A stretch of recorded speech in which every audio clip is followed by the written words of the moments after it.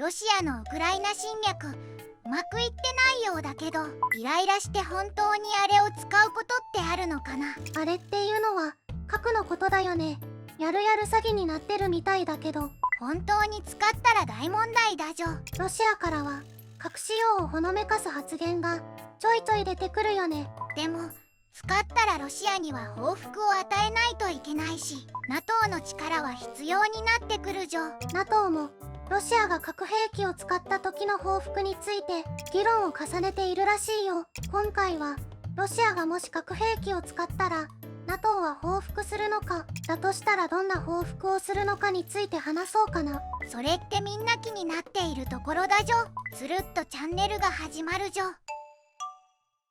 ワルシャワセキュリティフォーラムという国際フォーラムがあって、そこで毎年90カ国以上から大勢の政府やシンクタンクの代表者がヨーロッパの安全保障について議論しているよ。もちろんそこでロシアについて議論が行われているよね。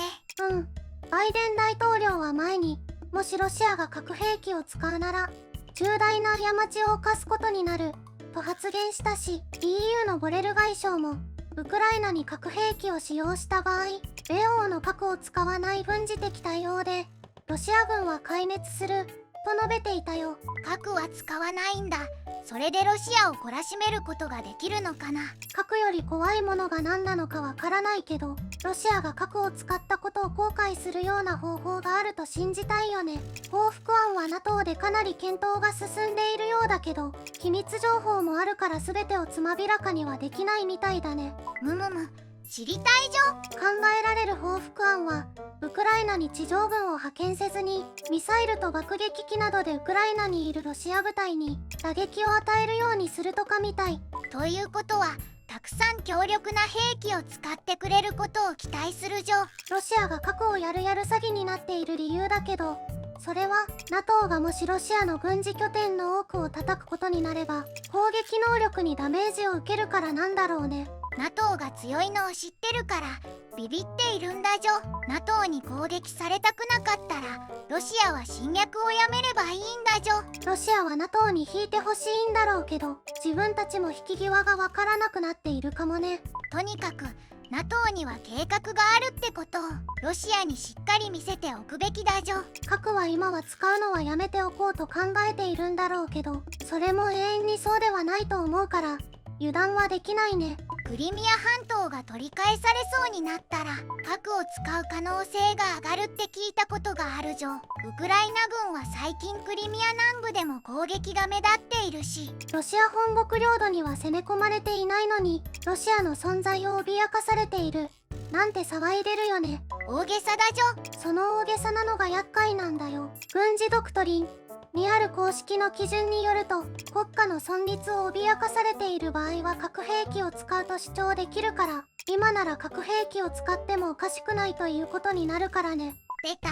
ロシアの汚い理屈。ウクライナが汚い爆弾を使ったら核を使うと言ってるってことは、騒いで使われたことにしてしまえば使えるっていう理屈だよ。核を使うかの基準はプーチン大統領が決めるんだよ。プーチン大統領の気分次第か。とにかく追い詰められたら使うかもって考えておくべきだね。 NATO 側の報復についてはロシアも分析はしていると思うよ。ロシアはレッドラインを引きたいみたい。ここから先は入ってこないでよって、レッドラインをアメリカとの間で引きたいってこと。入ってこないでという線を堂々と破ってる国がよくいるじょ。ロシアに核兵器を使わせないためには、核を使ったらロシアは終わりということを脅しではなく本気で信じるぐらいに何回も警告していくしかないかもね。もし核を使ったらこうなるっていうのを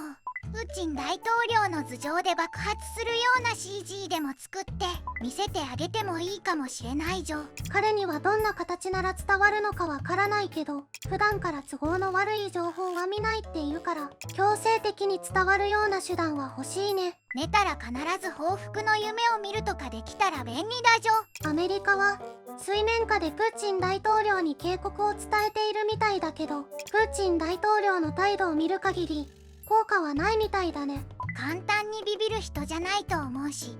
ププーチン大統領の執念のようにこっちもしつこくやるしかないじょ。いつまでも調子に乗ってると暗殺される可能性だってあるんだじょ。まあそれが可能なら話は早いけどね。狙われてるとは思うんだけど、元スパイだけあって警戒心強いからそう簡単にはやられないかもね。プーチン大統領は話題に事欠かない人だじょ。これは戦後絶対映画になること間違いないじょ。不謹慎だけど見てみたいよね。きっとネトフリでやるんだじょ。今回のつるっとチャンネルはここまで。よかったらいいねとチャンネル登録をお願いします。また見に来てね。